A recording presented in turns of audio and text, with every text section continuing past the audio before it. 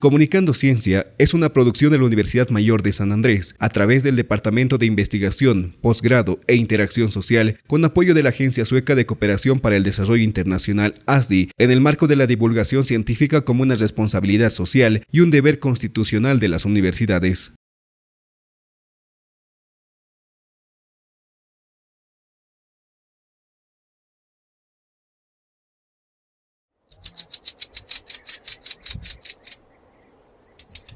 El cambio climático es una realidad y uno de sus efectos silenciosos es la alteración de la biodiversidad.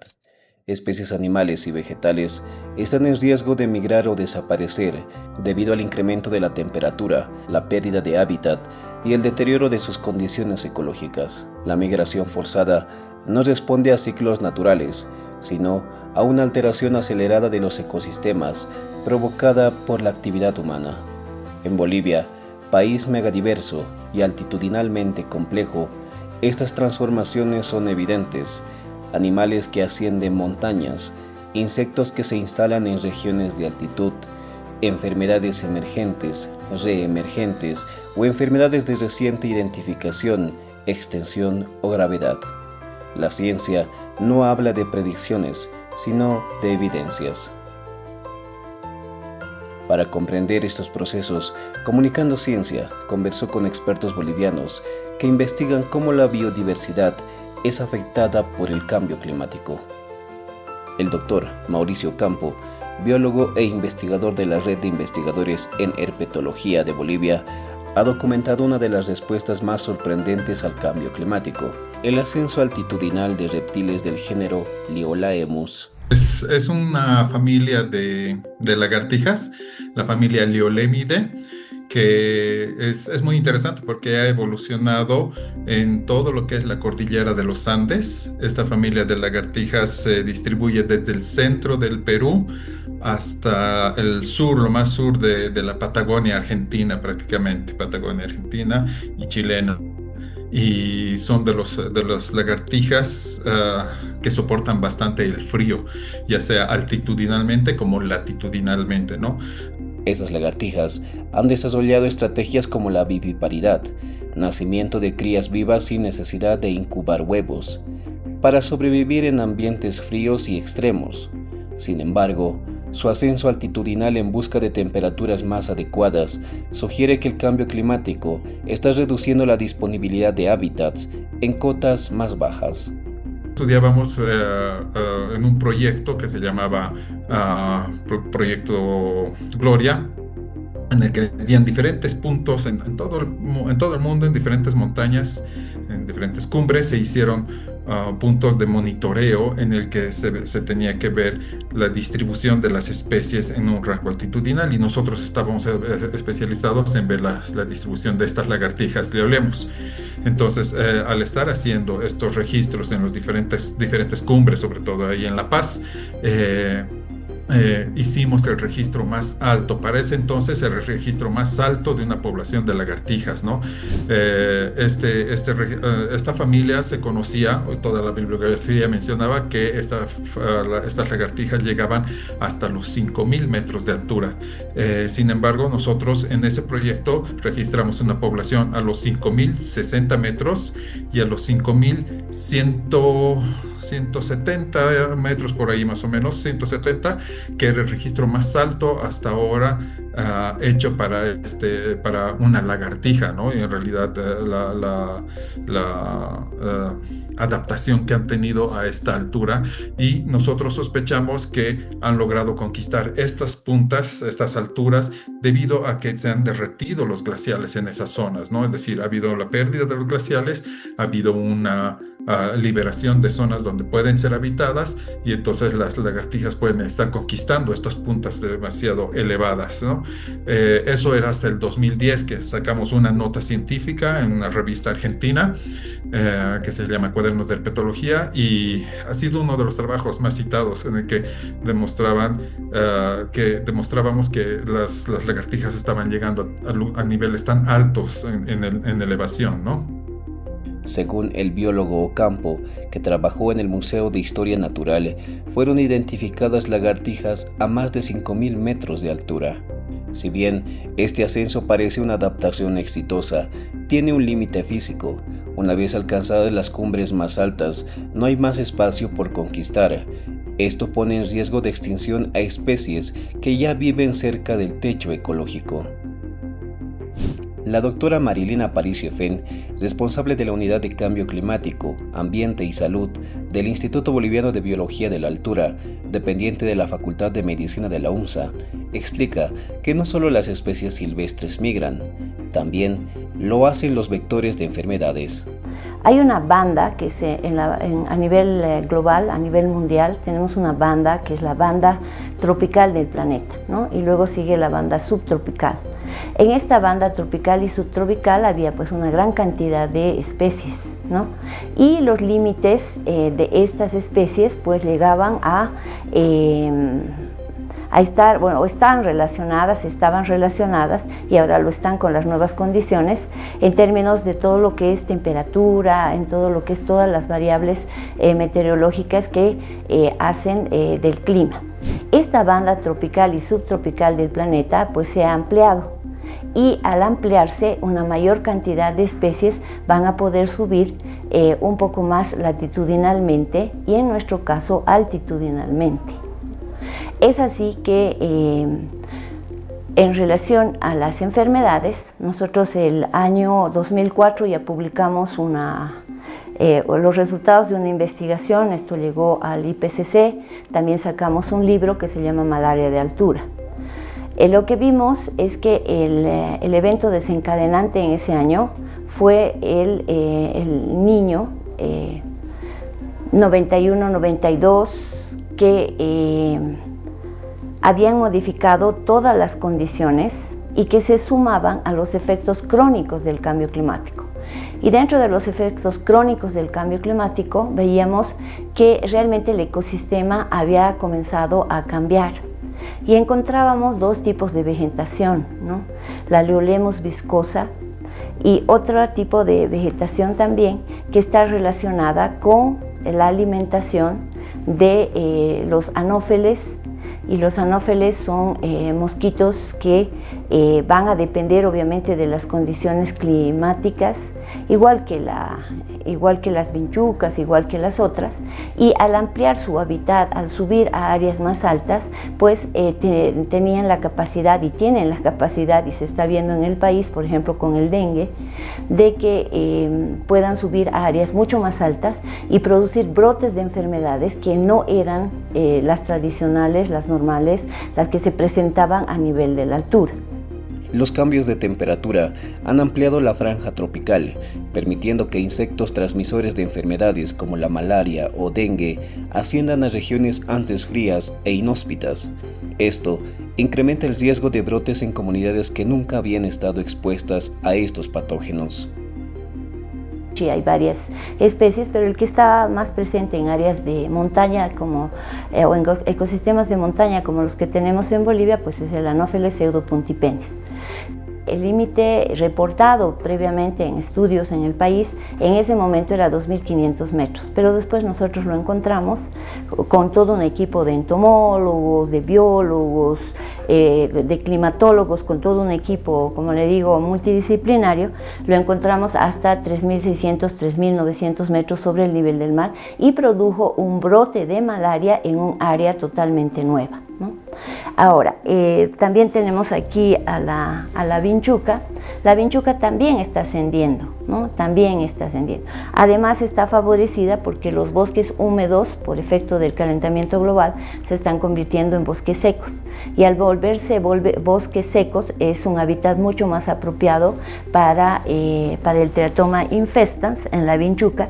Y aquí, por ejemplo, en esta lámina vemos una representación de uno de los trabajos de un proyecto IDH que realizamos para evaluar el Teratoma infestans a nivel del municipio de Palca, y donde se evidenció que realmente la especie estaba subiendo, pero que todavía no tenemos, digamos, muy cerca de La Paz, por decir, en Ovejuyo, en todo, porque este es un vector que tiene un vuelo corto, y como vemos aquí en la representación, en la foto, esta área es muy escarpada, y por suerte, digamos, estas características fisiográficas están produciendo como un pequeño retardo, ¿no?, en el ascenso de esta especie.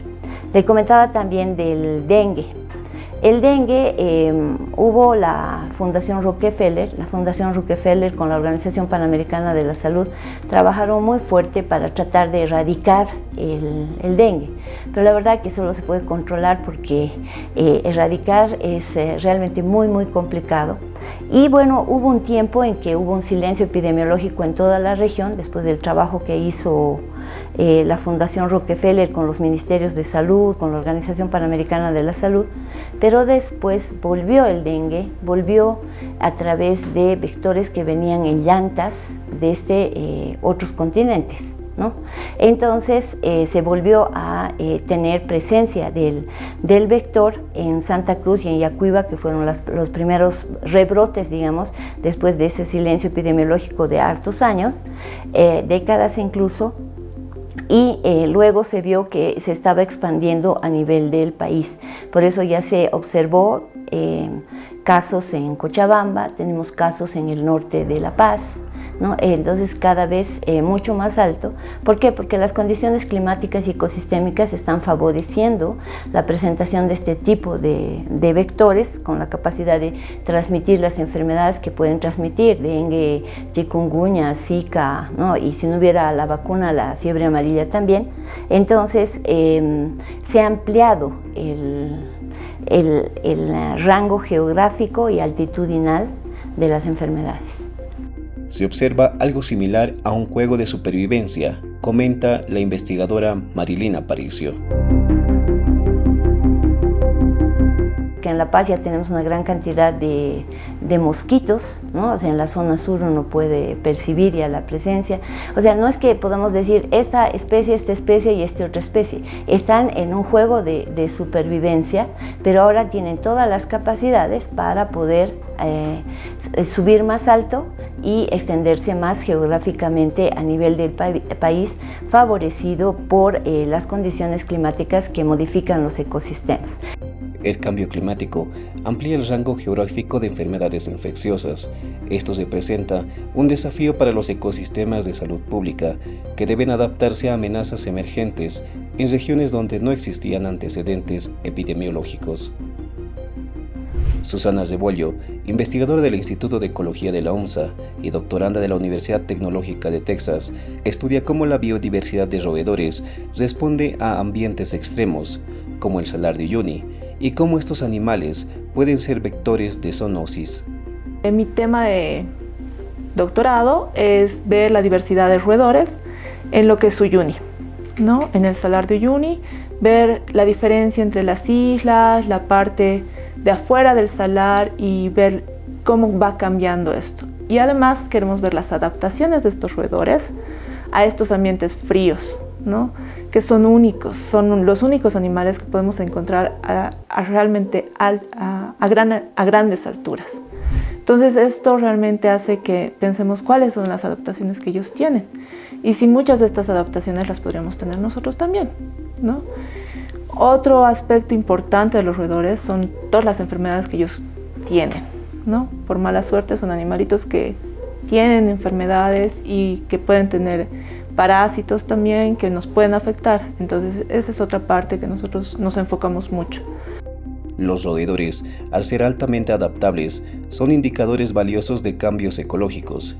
A su vez, su proximidad a asentamientos humanos puede propiciar la transmisión de enfermedades.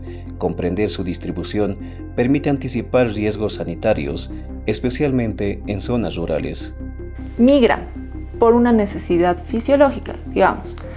Los flamencos migran porque hay cambio en la temperatura, entonces ellos necesitan ir a buscar el refugio en otro lado para la reproducción, ya sea para el alimento. Hay aves que van migrando del norte al sur para buscar igual la cantidad de alimento, un buen lugar para poner sus huevos, pero esta migración es normal. Pero ya cuando hablamos de una migración que es afectada por el cambio climático, que es más un movimiento de las poblaciones a lugares donde son la temperatura perfecta para ellas, por ejemplo, ¿no? Eso es diferente, eso es más un cambio en la distribución de las especies. Y hay una pequeña diferencia ahí, ¿no? Tenemos que hablar ya de una migración climática, por ejemplo, donde la migración climática sí es básicamente el hecho de que la especie necesita moverse un poco su rango de distribución debido a que existe cambios en la temperatura, en la humedad, en la cantidad de alimentos que ellos pueden encontrar en la zona. Eso es básicamente una migración, ¿no? Y una migración afectada por el cambio climático. Pero aquí en Bolivia sí se han hecho algunos estudios con vegetación, sobre todo en los Andes, cómo está cambiando la distribución de las plantas, de los árboles, según la temperatura, según el tipo de suelo también, porque hay que tener en cuenta que si estamos cambiando la temperatura y la humedad, vamos a cambiar el tipo de suelo y las plantas ya no se van a poder agarrar a ese tipo de suelo, ¿no? Pero en roedores todavía falta mucho y es esencial ese estudio. ¿Por qué? Porque si nosotros entendemos mejor cómo se están cambiando o cómo estos animalitos pueden estarse moviendo, vamos a entender mejor algunas zoonosis que ellos pueden producir, ¿no? La pérdida de cobertura vegetal y cambios en el suelo impiden que ciertas especies se mantengan. Esto altera las comunidades ecológicas, afectando tanto la cadena trófica como la dinámica de enfermedades. Según la investigadora Rebollo, la eventual pérdida de especies significa la pérdida de enlaces en el ecosistema. Que están justo en el límite, ¿no? Donde no van a poder subir más porque no existe más. Vamos a tener varias extinciones, ¿no? Vamos a perder muchas especies y esto significa perder muchos enlaces en el ecosistema, que realmente nos va a afectar a nosotros al final, porque esas especies de alguna forma también son en la dinámica del humano, porque nosotros estamos en la dinámica de esas especies también. Por ejemplo, en cultivos, ¿cuál es una de las grandes problemáticas? Son la presencia de insectos, ¿no? Si nosotros quitamos o por el cambio climático las especies que se comen esos insectos, como sapos o los mismos marsupiales, si afectamos el clima demasiado, la temperatura, el agua, la cantidad de agua, sobre todo para anfibios, por ejemplo, vamos a afectar la presencia de estos en los cultivos y ya no va a haber quien se coma los insectos. Entonces, ¿qué va a ser lo que va a ser afectado? Los cultivos. ¿Y quiénes van a ser los afectados? Nosotros, ¿no? Es decir, nosotros somos parte del ciclo, nosotros somos parte de esos enlaces. Tenemos que pensar, ok, si el mismo hecho de la presencia de algunas plantas que son muy útiles aquí en la ciudad de La Paz, por ejemplo, ¿no? El hecho de que nosotros tengamos eucaliptos, pinos, que sí no son parte en realidad de nuestra diversidad de plantas aquí, sino son introducidos, pero tenemos otro tipo de plantas que sí son de La Paz y son muy importantes, ¿no? Estas plantas, pero estas plantas son realmente importantes para mantener el suelo, es decir, para la estabilidad del suelo. Las raíces ayudan a la estabilidad del suelo, ¿no? Si por alguna razón las plantas empiezan a migrar, el suelo también va a empezar a soltarse. Y por eso también tenemos tantos derrumbes, ¿no? Y el mismo hecho de que nosotros hemos puesto tantas casas en tantos lugares, hemos disminuido esta cantidad de plantas, disminuido la cantidad de agarre que tiene el suelo, la humedad del suelo, y eso también está perjudicando la posibilidad de los animales a estar en estas áreas, el mantenerse en estas áreas. Esto también ha perjudicado en el hecho de que estos animales persistan en la ciudad.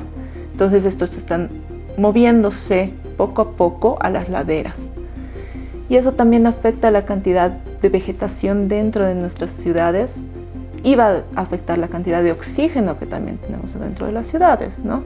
Y el hecho de que podamos limpiar el oxígeno y toda la polución que nosotros hacemos, ¿no? Todo el tiempo.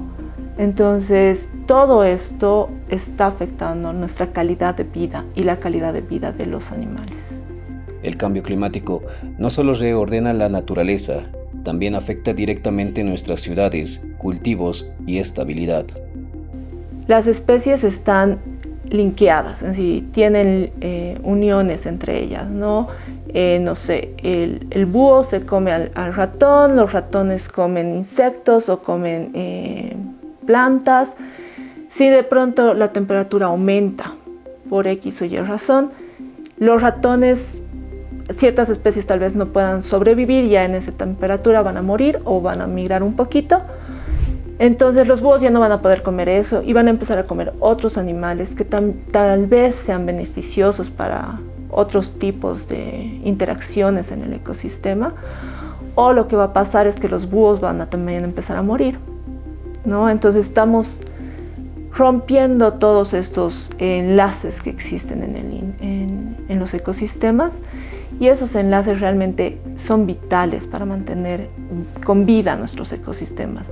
Entonces tenemos que pensar en todos esos enlaces que podemos romper en el momento que estamos produciendo tanto cambio en nuestros ambientes, ¿no? Porque el cambio climático no es solo un cambio en la temperatura, sino también es el cambio que nosotros estamos haciendo en el uso del suelo, cuánta agua estamos extrayendo del suelo, que también afecta la cantidad de agua que llega hacia las nubes, ¿no? Y la lluvia, que es vital para nosotros y para nuestras plantaciones. Además, la alteración del suelo afecta la capacidad de los cultivos y la reproducción de especies clave. Especialmente las especies grandes de mamíferos, digamos, más que es una cuestión de adaptación y una cuestión de movilidad, ¿no? Es decir, ellas, como son tan grandes, necesitan mucho espacio. Entre ellos la taruca, que es un venado de aquí del altiplano, o el jucumari, digamos, que son animales grandes, ¿no? Entonces, el moverse para ellos es un poco más difícil. Si primero estás cambiando el clima, estás cambiando la posibilidad de alimento que ellos tienen, y en la otra estás poniendo cultivos, estás poniendo caminos, estás partiendo, estás fraccionando su ambiente. Nosotros sabemos que la rana del lago Titicaca sufre mucho, ¿no? Y si nosotros seguimos cambiando la calidad del agua que tenemos en el lago, vamos a todavía afectar mucho más a estas ranas, ¿no? Que son vitales para el ecosistema del lago, ¿no? La extinción de especies no solo es una pérdida ecológica, afecta la cultura, el turismo, la salud y la seguridad alimentaria. En el fondo, el ser humano es tan dependiente del ecosistema como las especies que lo habitan. El cambio climático ya está reorganizando la vida en el planeta. La ciencia lo demuestra con datos, modelos y observaciones directas. La pregunta ahora es, ¿qué haremos nosotros? Entonces nosotros como sociedad tenemos que pensar cuánto estamos afectando en nuestra vida, ¿no? Que no es solo la vida de los animales, también es nuestra vida, porque nosotros somos parte de este ecosistema. Ellos son parte de nuestros ecosistemas y que tenemos que respetarnos. Y tal vez retroceder un poquito en la vida también y ponernos a pensar en nuestros ancestros y en la gente que todavía vive en los bosques y lo hace con respeto al bosque y con respeto al suelo y a la madre tierra, ¿no? Que tanto hablamos de la madre tierra, pero que al final nos respetamos. La basura en las calles, el hecho de que el agua está sucia y que después es un ciclo del agua, ¿no? Es el agua, se evapora, llega al cielo, llueva y nosotros estamos cambiando este ciclo. El cambio climático está afectando absolutamente a todos, no importa que seas autoridad o seas un simple ciudadano. Debemos trabajar de manera conjunta.